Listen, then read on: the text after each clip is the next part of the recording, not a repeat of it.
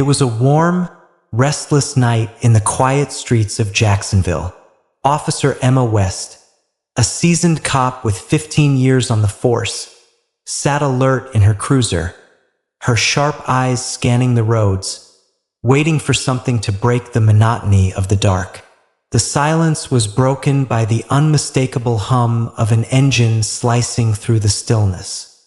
A sleek, silver SUV glided around the corner, its polished surface gleaming under the streetlight, almost tauntingly. The driver made no effort to signal, just swerved past her like a shadow. Emma's instincts kicked in. A late-night driver, no signal, no hesitation. Something didn't feel right. Her boots struck the pavement with authority as she stepped out of the car, hand resting on her belt, fingers brushing the cool metal of her holster. The streetlights cast long, menacing shadows, stretching her silhouette across the empty road. The man inside the SUV was calm, too calm. He didn't flinch, didn't hurry. His movements were deliberate, almost as if he had done this dance 1,000 times before. License and registration, Emma commanded, her voice firm, yet sharp, cutting through the thick night air. She was ready to remind him who was in charge, to show him that she was the one holding the power. As he handed over the documents, she barely glanced at them, her eyes already on his face, studying him. There was something unsettling in his gaze, cool, composed, unbothered by the authority she tried to impose. That it was only when she flipped the ID over that the world around her seemed to freeze. The name stared back at her like a cruel joke. David Harris, the chief, the man who was her boss. Emma's heart skipped a beat, a wave of realization crashing over her. The power she thought she wielded was slipping, and she was about to learn just how much she had miscalculated. Emma West's pulse didn't settle as she navigated the silent streets back to the precinct. The crisp night air outside her cruiser was a sharp contrast to the heat rising inside her chest. It wasn't just the humid Florida night that made her sweat, but the anxiety gnawing at her insides. Her fingers tightened around the steering wheel as the city faded behind her, replaced by the suffocating weight of what she'd just done. She had done it. She had crossed a line. But how far? She replayed the moment over and over in her head, the feeling of her fist crashing into the black man's jaw, the echo of that sickening crack reverberating in the stillness of the street. She had meant to show him his place, to assert her dominance in a city that, in her mind, had always been chaotic, always teetering on the edge of disorder. But it wasn't just any black man. It was him, Chief David Harris, her superior, her boss. A cold wave of nausea rolled over her. She had known, deep down, that something was off about the way he had moved, the way his eyes had locked onto hers with a quiet confidence that made her uneasy. But she had dismissed it. She had thought she was in control. She had always been in control. She had never once questioned the power that came with the badge she wore. Now, that power seemed like a cruel joke as Emma pulled into the precinct parking lot. Her hands trembled. She sat there for a moment, the engine of her cruiser still running, the lights from the building casting long shadows over the cracked pavement. She wanted to stay in the car, to shut out everything, to pretend that none of it had happened. But she couldn't. She was a cop, and that meant she had to face whatever was coming. Her footsteps echoed in the empty hallway as she walked toward the back entrance. The precinct was quiet, a few officers milling about, most of them too absorbed in their own business to notice her tense, rigid movements. Emma's stomach churned as she passed by them, her mind a storm of doubt and fear. She had never felt so small, so vulnerable, walking through the very place that had once felt like home. The door to Chief Harris's office loomed ahead, an imposing presence at the end of the hall. She took a deep breath, trying to steady her nerves, but her heart was thudding too loudly in her chest. Her hands were clammy as she reached for the door handle and turned it. The door opened with a soft creak, and Emma stepped inside, her eyes immediately locking onto Chief Harris. He was sitting at his desk, his back to her as he flipped through papers. The hum of the fluorescent lights above seemed louder than usual, the silence between them thick with unspoken tension. "Sit down, West." Harris's voice was calm, almost disinterested, as if nothing extraordinary had just happened between them. Emma's heart pounded in her chest as she stood frozen by the door. She had expected anger, maybe fury, but what she saw in him instead was something colder, more terrifying. Indifference. "Chief," she said, her voice wavering. I can explain." She took a step forward, but he didn't even look up at her. His eyes remained fixed on the papers in front of him, his hand moving methodically, flipping them over one by one. "Explain," he muttered, his tone devoid of any emotion. "There's nothing to explain, West. The footage speaks for itself." The words hit her like a slap. She had forgotten. The dash cam. The damn dash cam. Her mind raced, her stomach twisting as she felt the weight of her mistake crashing down on her. The video, it was already viral, wasn't it? Already out there for the world to see. Already spreading like wildfire across social media with everyone calling her what she feared the most, a racist. She had thought in that moment that she was teaching him a lesson. But now, she realized she had been the one who had failed. I didn't mean to," Emma stammered, but the words felt hollow, meaningless. She had no excuse, no explanation that would make this right. Chief Harris slowly lifted his head, finally meeting her gaze. His expression was unreadable, his face a mask of cold professionalism. But there was something behind his eyes, something darker, that made her knees feel weak. "Did you think you were untouchable, West?" he asked, his voice low, calm. "Did you really think you could just strike someone like that and face no consequences?" Her throat tightened as her chest constricted, but she couldn't speak. Her mind was too clouded with fear, too overwhelmed by the weight of what she had done. "I've been in this line of work long enough to see every kind of mistake, every kind of officer," Harris continued, his voice steady, almost comforting in its coldness. "But this was a choice, West. You made a choice." Emma's mind reeled as she struggled to comprehend his words. She was shaking now, her hands clasped tightly in front of her, trying to keep herself from falling apart. She had always prided herself on being strong, on being tough. But now, standing in front of her boss, feeling the weight of the consequences bearing down on her, she felt small, helpless. What happens now?" she finally managed to croak, her voice barely above a whisper. Harris's lips curled into a faint, almost imperceptible smile, but it wasn't a smile of comfort. It was a smile of someone who had already won. "You're going to face the consequences of your actions, West. You're going to face them whether you like it or not." He stood up then, his chair scraping loudly against the floor. Emma took a step back, suddenly feeling like she was suffocating under the weight of his gaze. "You'll hear from me again soon," Harris said, his tone final. "Now get out of my office." And just like that, she was dismissed. Just like that, the career she had spent so many years building, everything she had worked for, was slipping through her fingers. Emma turned and walked out of the office, her legs heavy, her body trembling with a mix of fear and rage. She had miscalculated. She had misjudged the situation. And now, there was no way out. But even as she left the office, she could feel it.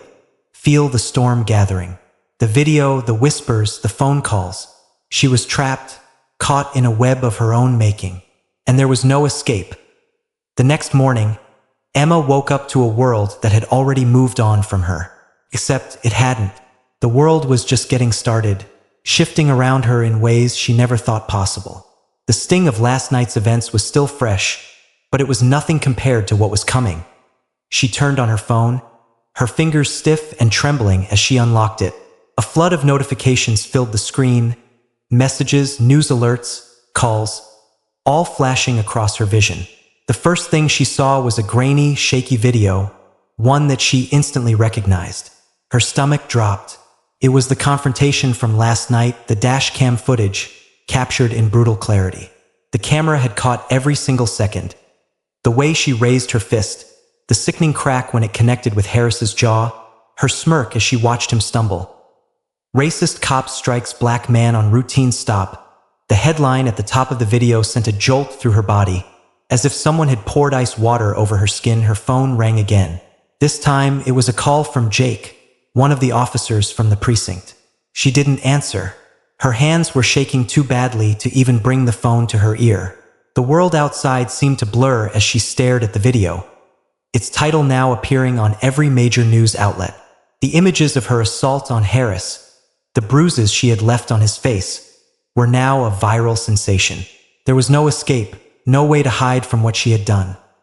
The comments, the tweets, the messages, each one felt like a slap.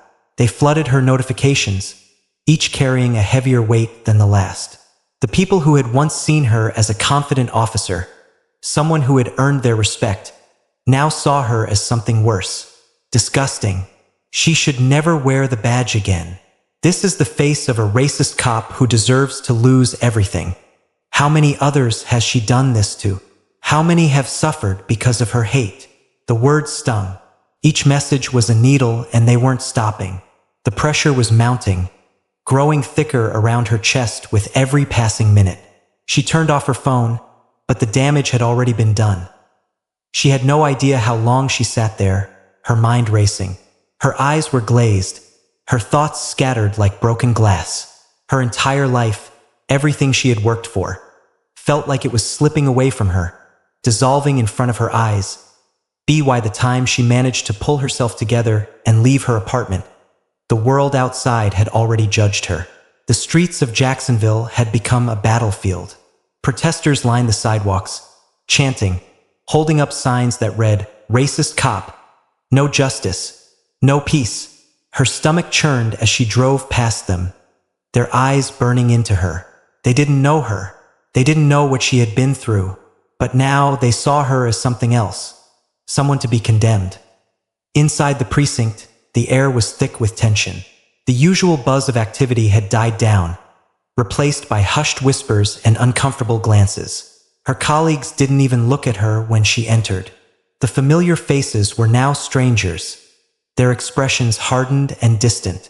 She felt the weight of their eyes on her, their silent judgment hanging over her like a storm cloud ready to burst. The phone call came soon after. It was her lawyer, a man who had represented countless officers before, but now his voice was strained, careful. "You need to be prepared, Emma. This is bigger than you think. The department is already receiving pressure to take action, and the public outrage is growing by the hour. Your career is at risk. You need to figure out what to say, how to handle this." Her lawyer's words were a reality check, but they didn't make her feel any better. She didn't need someone to tell her what she already knew. She was finished. She had ruined her own life with one foolish, impulsive moment as the hours passed. It became clear that there was no escape. The video had gone viral with millions of views. News outlets, social media, blogs. They all carried her story, each new piece of coverage digging the hole deeper. She was a symbol now, a face representing something much darker in society. She had been turned into a villain. The protesters outside the precinct weren't the only ones who turned on her. It was everyone, her friends, her family, even her own colleagues. It wasn't long before the whispers turned into accusations. The once proud uniform she wore now felt like a heavy weight around her shoulders. She couldn't even walk through the halls of the precinct without hearing someone mutter under their breath. She had become the thing she feared most, the monster in the uniform. And then came the phone call from Harris's office. It was Chief Harris himself, his voice colder than she had ever heard it before. "We need to talk," he said, his words clipped, devoid of any empathy. "You're on desk duty until further notice. There will be an investigation." Emma's stomach dropped at his words. She couldn't breathe, couldn't think. The investigation, the public trial that would follow, was already in motion. She wasn't just facing consequences within the precinct. She was facing the full force of public scrutiny. And just like that, she was nothing more than a symbol of the corrupt system. Her career, her reputation was shattered. Her name would forever be tied to the video. She couldn't undo the damage. She couldn't erase the accusations, the viral outrage that had swept across the internet. And the worst part? She knew deep down, as she walked the halls of the precinct like a ghost, that even if she could somehow redeem herself, even if she could make things right, nothing would ever be the same again. The camera flashes, the angry chants, the whispers from her colleagues, they would haunt her for the rest of her life, and she would never be able to escape them. All she could do now was face the consequences of her actions and try to survive in a world that had already condemned her. The days blurred together as Emma sat in the dim, fluorescent-lit office, her body stiff in the uncomfortable plastic chair. The weight of her badge, once a symbol of pride, now felt like an anchor, dragging her deeper into the abyss. Desk duty was a hollow punishment. More than just a demotion, it was a sentence. Every hour spent there, shuffling through meaningless paperwork, felt like another nail in the coffin of her career. Her eyes wandered across the precinct, watching the officers walk past her, their gazes avoiding hers as though she were a ghost, a shadow of the officer she once was. The public outrage had reached a fever pitch. The protests outside the precinct had intensified, their chants echoing through the thick walls of the building. The media didn't let up either. Reports of racial abuse, excessive force, and calls for her dismissal flooded every screen, every headline. She was no longer just a police officer. She was a symbol of everything wrong with the system. The video, once something she hoped would fade into the background, had now become a defining moment in her life, and the accusations kept coming. They weren't just about the incident with Harris anymore.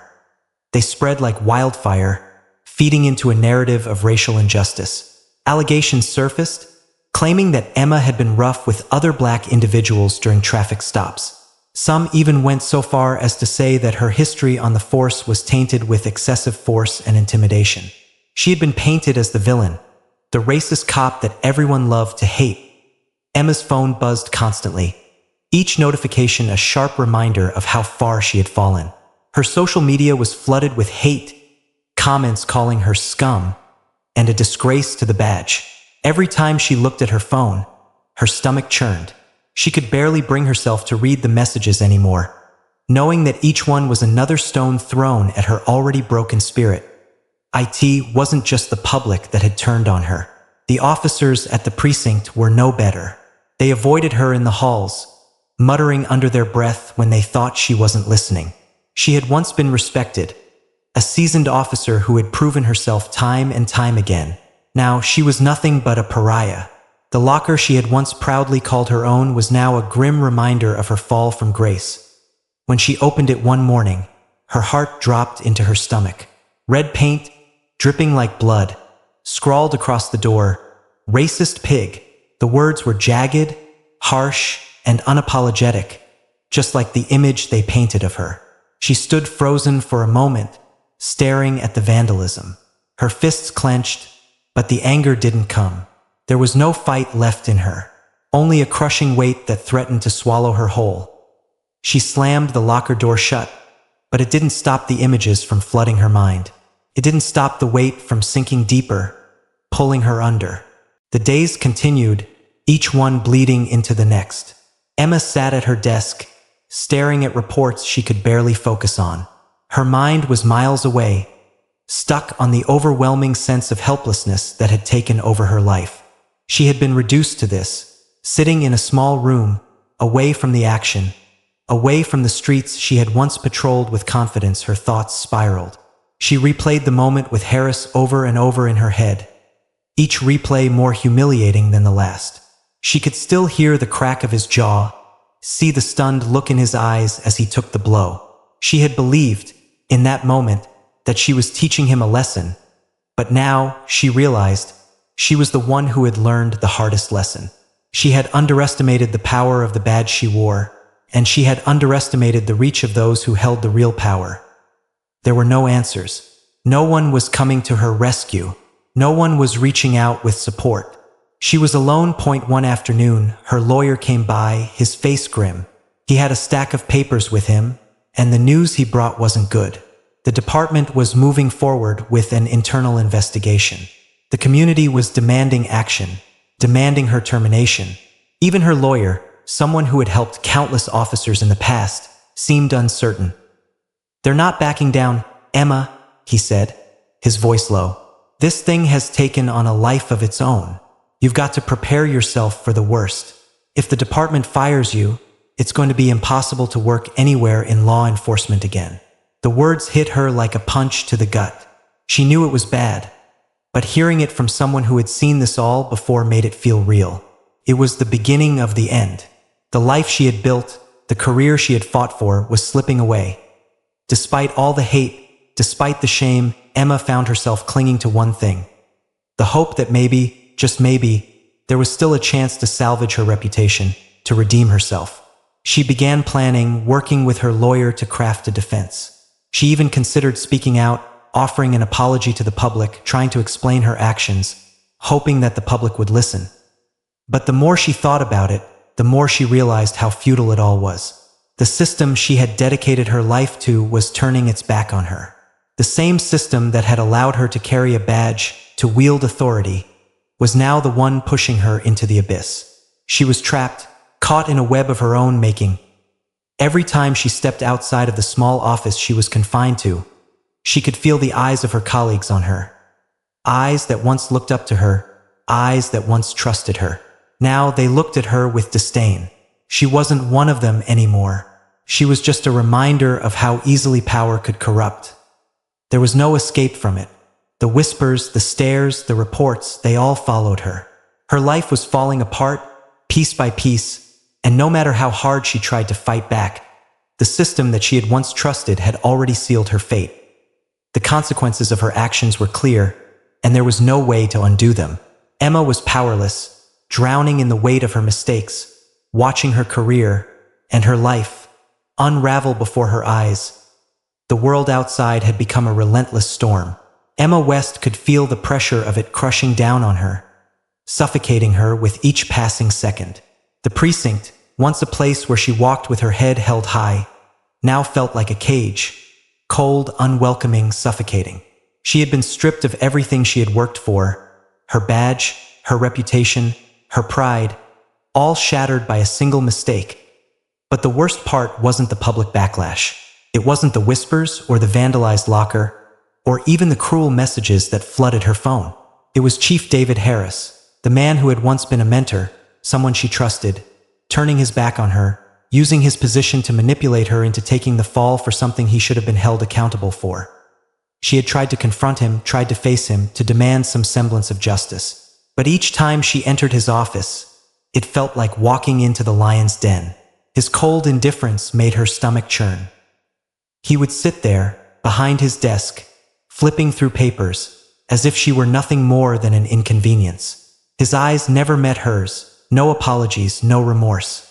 Just a man sitting comfortably in his position of power, watching her squirm.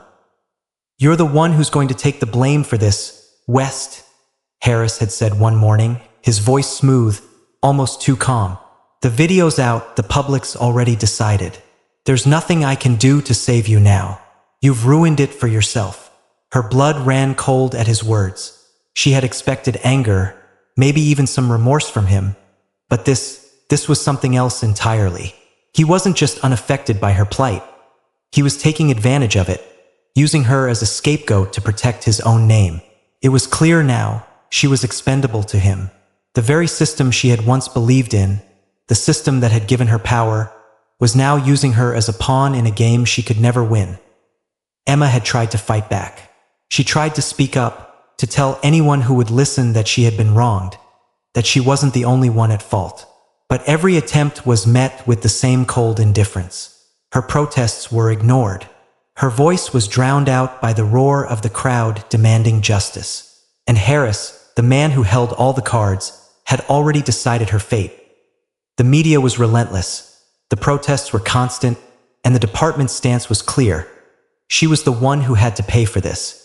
No one cared about the nuances of the situation, about the years she had spent on the force, about the lives she had saved. They saw her as nothing more than a racist cop, a symbol of everything wrong with the system. But the most painful part, the part that gnawed at her soul every waking moment, was how alone she felt.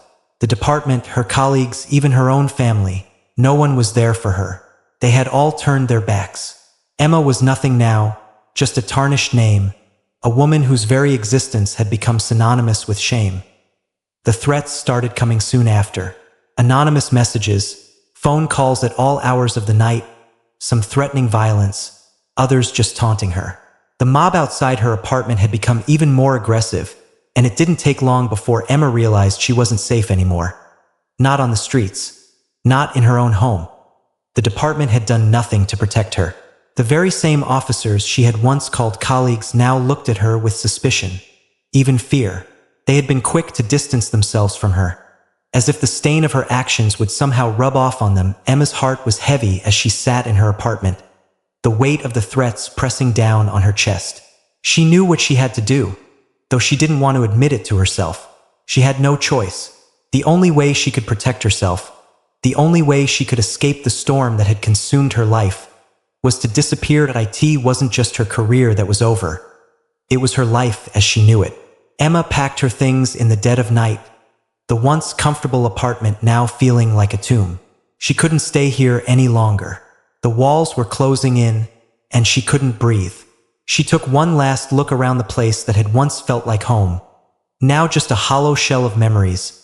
With her few belongings packed into a duffel bag, Emma left the apartment and stepped out into the dark night. Her heart ached as she pulled the door closed behind her. She had nowhere to go, no one to turn to. She was no longer a cop. She was no longer Emma West. She was a fugitive, running from the consequences of a single moment that had destroyed everything. Her life now felt like a series of bad decisions, a never-ending spiral of regret and guilt. The streets she once patrolled felt foreign to her now, like a ghost wandering a place she no longer belonged. Every step she took away from the life she had built was a painful reminder of how far she had fallen. The reality of her escape settled in like a heavy fog. She was running, but from what? From the mob? From the accusations? Or was she running from herself? The person she used to be? The woman who had once worn her badge with pride, who had once believed in the system? As she made her way through the darkened streets, Emma realized something that shook her to her core.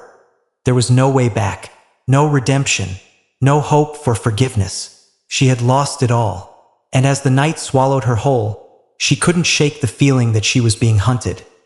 Not just by the world, but by the choices she had made. That in the end, there would be no victory, only escape, and even that would be fleeting. Emma had never felt more lost than she did now. The night was quiet, too quiet, as she sat on the worn-out mattress in the cheap motel room she'd called home for the past week.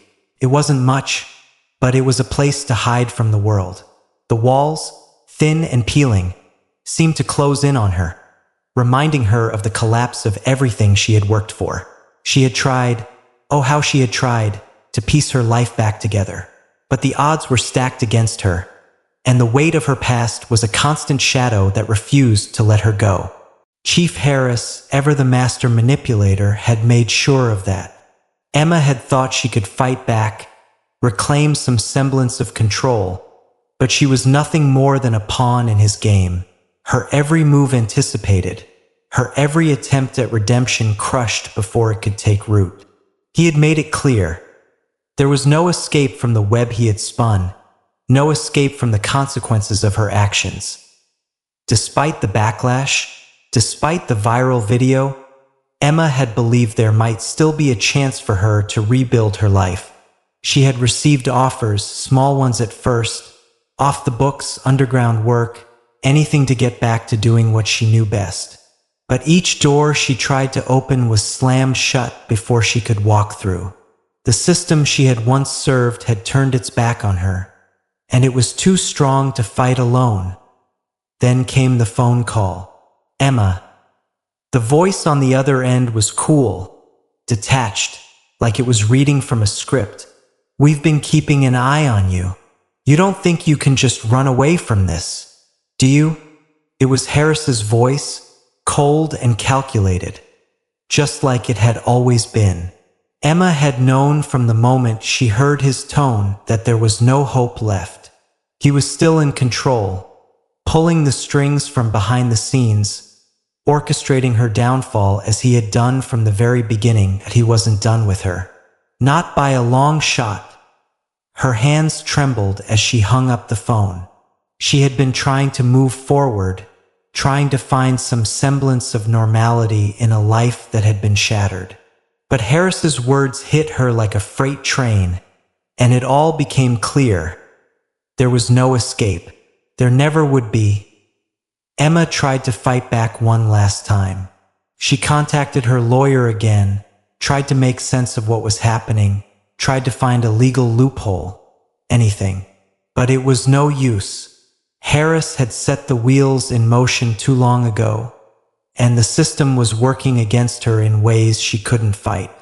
The more she tried to stand, the more the ground slipped away from under her feet. That in her final attempt at redemption, she tried to speak out, tried to use her voice to expose the corruption she had once been a part of, the system that had betrayed her.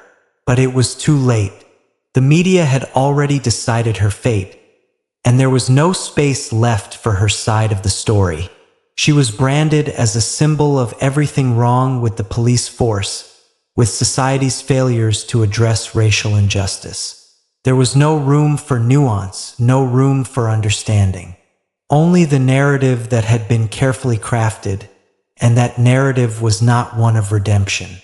It was one of a woman who had made a rash decision and paid the price. As Emma sat there, reflecting on all that had happened, she realized something that had eluded her for so long.